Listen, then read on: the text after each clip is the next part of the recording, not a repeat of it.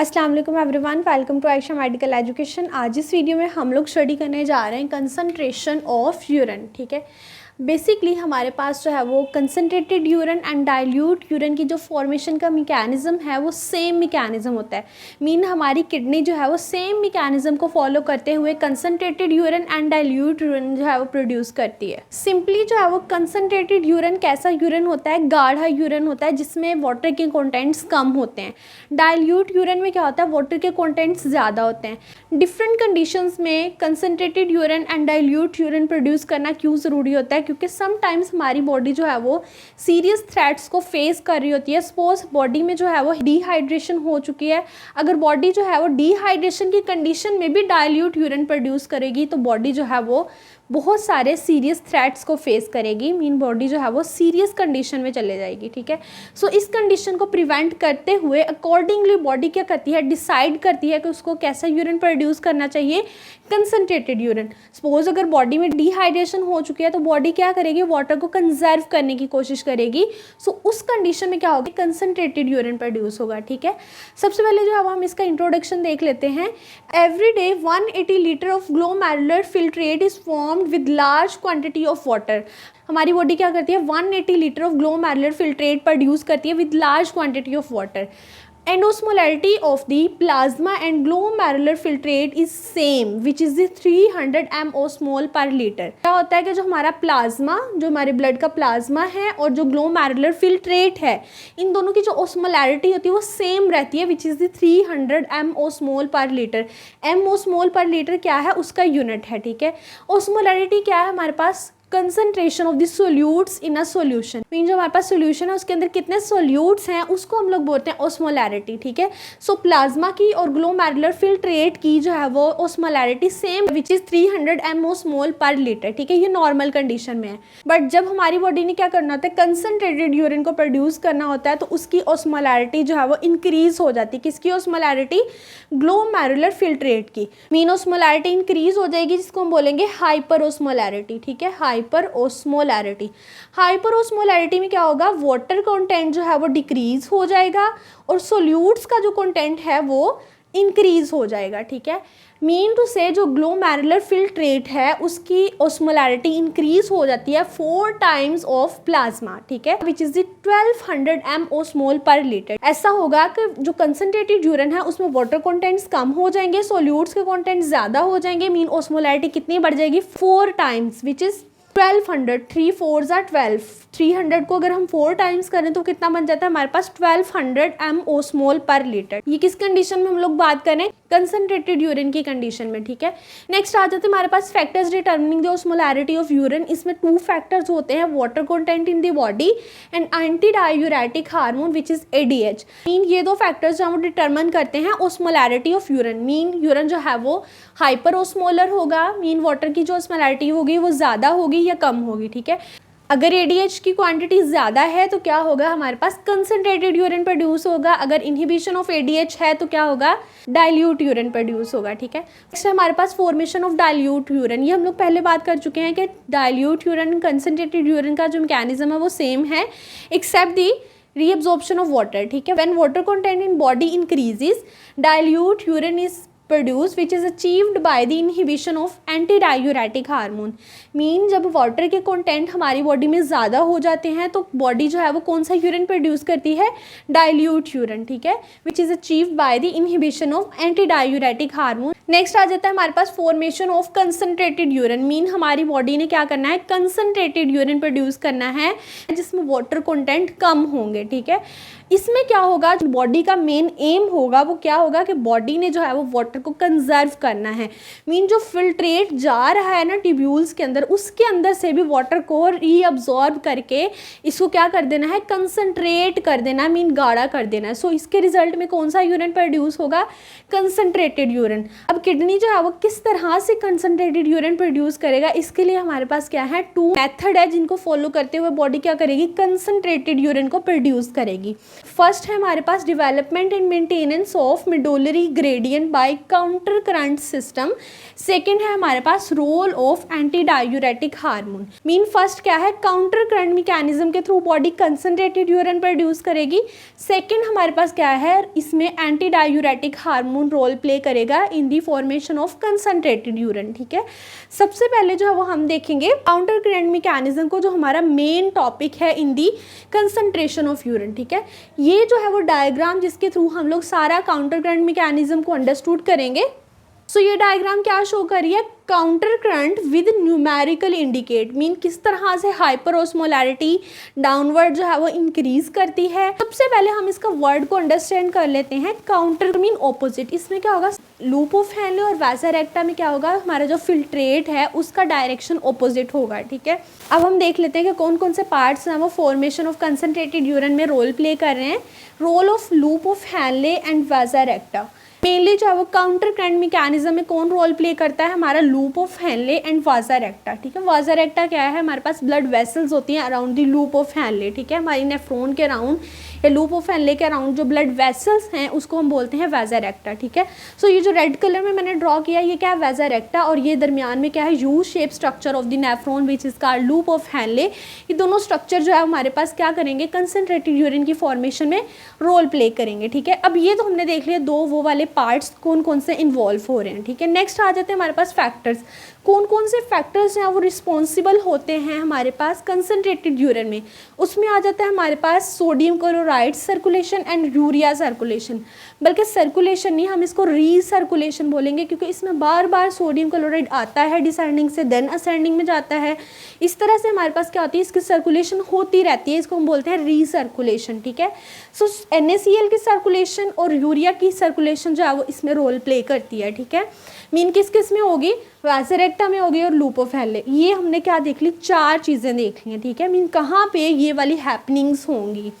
Next आ जाता है हमारे पास counter current mechanism, CC mechanism. Counter current mechanism is responsible for the development and maintenance of the medullary gradient and hyper osmolarity of medullary interstitial fluid. ठीक है, होता क्या है, काउंटर करंट मैकेनिज्म जो है वो हमारे पास मेडुलरी ग्रेडियंट को जनरेट करता है, मीन डेवलप करता है, देन क्या करता है, उसको मेंटेन करता है। मीन काउंटर करंट मैकेनिज्म क्या करता है, हमारे पास ग्रेडियंट को जनरेट करेगा। ठीक है, जब वो ग्रेडियंट जनरेट हो जाएगा, मीन मेडुलरी ग्रेडियंट जनरेट होगा, देन क्या होगा, हाइपर ऑस्मोलैरिटी जो है वो इंक्रीज हो जाएगी मेडुलरी इंटरस्टिशियल फ्लूइड की। इंटरस्टिशियल फ्लूइड क्या है, हमारे पास ये जो वाइट पार्ट है हमारे किडनी के अंदर इंटरस्टिशियल टिश्यूज़ हैं, ये इंटरस्टिशियल फ्लूइड है, उसकी हाइपर ऑस्मोलैरिटी जो है वो इंक्रीज हो जाएगी। ठीक है, मीन ग्रेडियंट के रिजल्ट में क्या हुआ, हाइपर ऑस्मोलैरिटी जो है वो इंक्रीज हो गई है। ठीक है, अब हाइपर ऑस्मोलैरिटी इंक्रीज होगी तो उसके रिजल्ट में वाटर की रीअब्जॉर्प्शन हो गई, जिसको हम लोग सारा अब यहाँ पे डिटेल देखेंगे। ठीक है, ये पॉइंट्स हमने अंडरस्टूड कर लिए हैं। काउंटर करंट मैकेनिज्म ने क्या किया, ग्रेडियंट जनरेट किया, ग्रेडियंट को जनरेट करने के बाद क्या किया, हाइपर ऑस्मोलैरिटी को इंक्रीज कर दिया। हाइपर ऑस्मोलैरिटी क्या है, जब हमारे पास मेडुलरी इंटरस्टिशियल फ्लूइड में वाटर कंटेंट्स कम हो जाते हैं एंड साल्ट कंटेंट ज़्यादा हो जाते हैं। और कौन से साल्ट कंटेंट ज़्यादा होंगे, NaCl एंड यूरिया। ठीक है, अब हम देख लेते हैं डायग्राम को।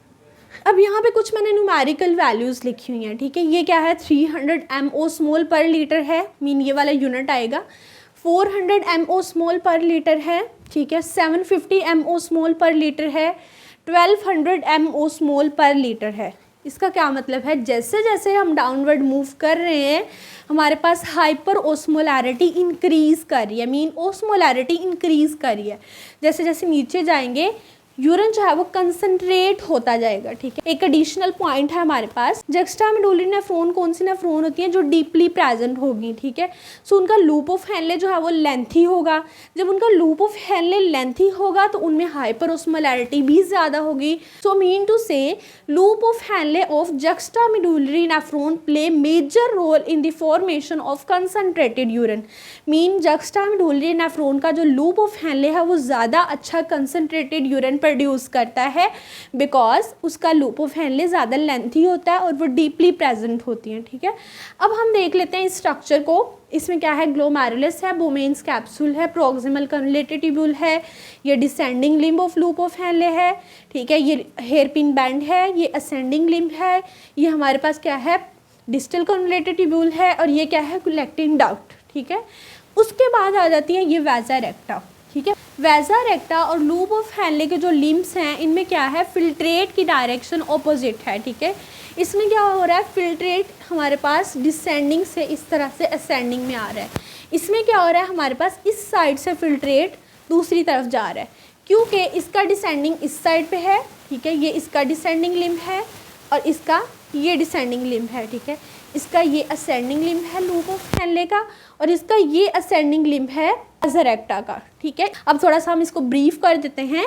Ascending limb of vasa recta is parallel to the descending limb of loop of Henle. Same as it is, ascending limb of loop of Henle is parallel to the descending limb of vasa recta, ठीक है। तब में क्या हो रहा है, हमारे पास एक दूसरे के ऑपोजिट डायरेक्शन में फिल्ट्रेट का फ्लो है, ठीक है। सब में क्या है, फिल्ट्रेट का फ्लो ऑपोजिट डायरेक्शन में, ठीक है।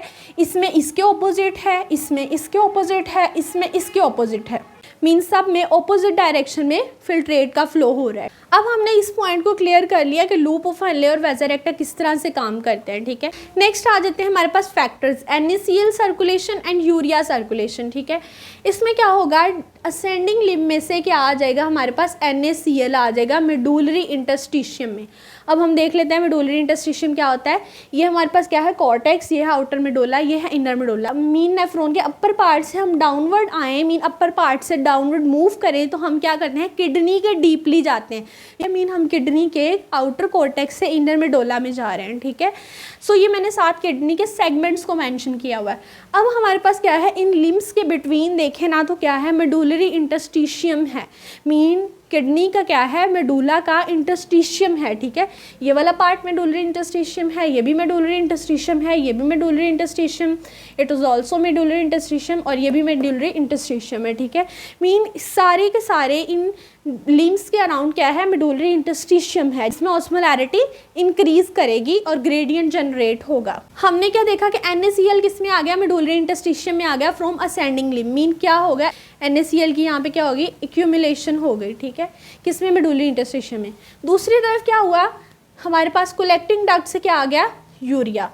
नॉर्मली क्या होता है, कलेक्टिंग डक्ट के लिए यूरिया जो है वो इम्परमिएबल है, मीन यूरिया जो है वो इसको क्रॉस नहीं कर सकता। एंटी डायूरेटिक हार्मोन की प्रेजेंस में क्या होगा, यूरिया जो है वो इस बैरियर को क्रॉस करेगा through urea transporters. Urea transporters के थ्रू जो है वो यूरिया इस बैरियर को क्रॉस करके किस में आ जाएगा, मेडुलरी इंटरस्टिशियम में। एक साइड से क्या आ गया, NaCl, मीन असेंडिंग लिम्ब से क्या आ गया, NaCl, दूसरी तरफ से कलेक्टिंग डक्ट में से आ गया यूरिया। अब ये दोनों साल्ट क्या करेंगे, वैसा रेक्टा में ऐड हो जाएंगे, ठीक है। मैं इसको ब्लैक से शो कर रही हूँ, इधर से यूरिया आ रहा है और इधर से NaCl आ रहा है, ठीक है। अब ये दोनों साल्ट्स क्या करेंगे, इसको सर्कुलेट करते हुए इस लिम्ब से किस में चले जाएंगे, ऊपर हमारे पास असेंडिंग लिम्ब ऑफ वैसा रेक्टा में चले जाएंगे, मीन यहाँ पे आ जाएंगे, ठीक है। ये दोनों साल्ट्स क्या हैं, असेंडिंग लिम्ब ऑफ वैसा रेक्टा में आ गए।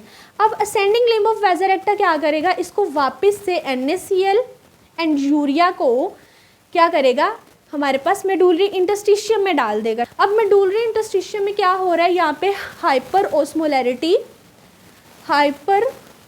ओस्मोलैरिटी इंक्रीज कर रही है, क्या कर रही है, इंक्रीज, ठीक है, इंक्रीज।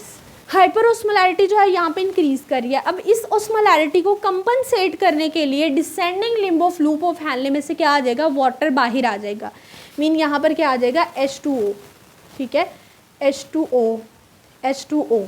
यहाँ पर क्या आ गया, वाटर आ गया, कहाँ से आ गया, descending limb of loop of Henle से, मीन यहाँ पे भी वाटर हो गया, यहाँ पे भी वाटर हो गया। दोबारा से इस हाइपर ओस्मोलैरिटी को कंपनसेट करने के लिए वाटर आ गया डिसेंडिंग लिम्ब से। अब यहाँ पे जो वाटर आएगा इसको जल्दी से क्या होगा, हमारा जो वैसा रेक्टा है इसको पिकअप कर लेगा, मीन अपने अंदर एब्जॉर्ब कर लेगा, ठीक है। जब ब्लड स्ट्रीम में क्या है, वाटर आ जाएगा तो बॉडी जो है वो इस वाटर को इनटेक कर लेगी, ठीक है। अब हमने देखना है कि हमने ये सारे सॉल्ट्स को क्यों पढ़ा है, NaCl, यूरिया करना हमने क्या था, वाटर को रीअब्जॉर्ब करना था। हमने क्या पढ़े, सारे साल्ट्स पढ़े हैं। ऐसा हमने क्यों किया है, क्योंकि साल्ट्स को जो है वो वाटर फॉलो करता हुआ बाहर आ जाएगा, NaCl को फॉलो करके वाटर बाहर आ जाएगा।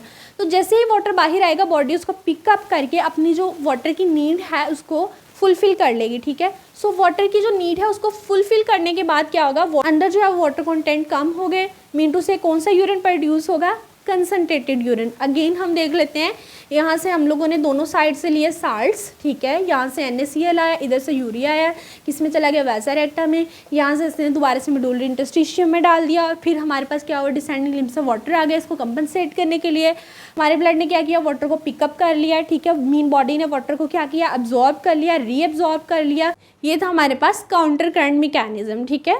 सेकेंड स्टेप है हमारे पास role of anti diuretic hormone. Anti diuretic hormone किस तरह से हमारे पास कंसनट्रेटेड यूरिन प्रोड्यूस करता है, ये क्या करता है, हमारे पास फैकल्टेटिव रीअब्जॉर्प्शन ऑफ वाटर करवाता है from distal convoluted tubule and collecting duct. होता क्या है, हमारा जो डिस्टल कन्वोल्यूटेड ट्यूब्यूल और कलेक्टिंग डक्ट है इम्परमिएबल टू वाटर होती है, मीन यहाँ से वाटर जो है वो रीअब्जॉर्ब नहीं हो सकता, यहाँ से और यहाँ से। बट ADH की प्रेजेंस में ये क्या करता है, हमारे पास एक्टिवली जो है वो वाटर को रीअब्जॉर्ब करवा देता है इनटू मेडुलरी इंटरस्टिशियम। सो ये वाटर जो है वो ADH की प्रेजेंस में रीअब्जॉर्ब होगा to produce the concentrated urine. So facultative reabsorption of water होने के बाद क्या होगा, यहाँ पे अंदर वाटर कंटेंट्स कम हो जाएंगे और कौन सा यूरिन प्रोड्यूस होगा, कंसनट्रेटेड यूरिन। सो ये था हमारे पास counter current mechanism and formation of concentrated urine by these methods, ठीक है। If you understand this video so please like, share and subscribe the channel. Thanks for watching.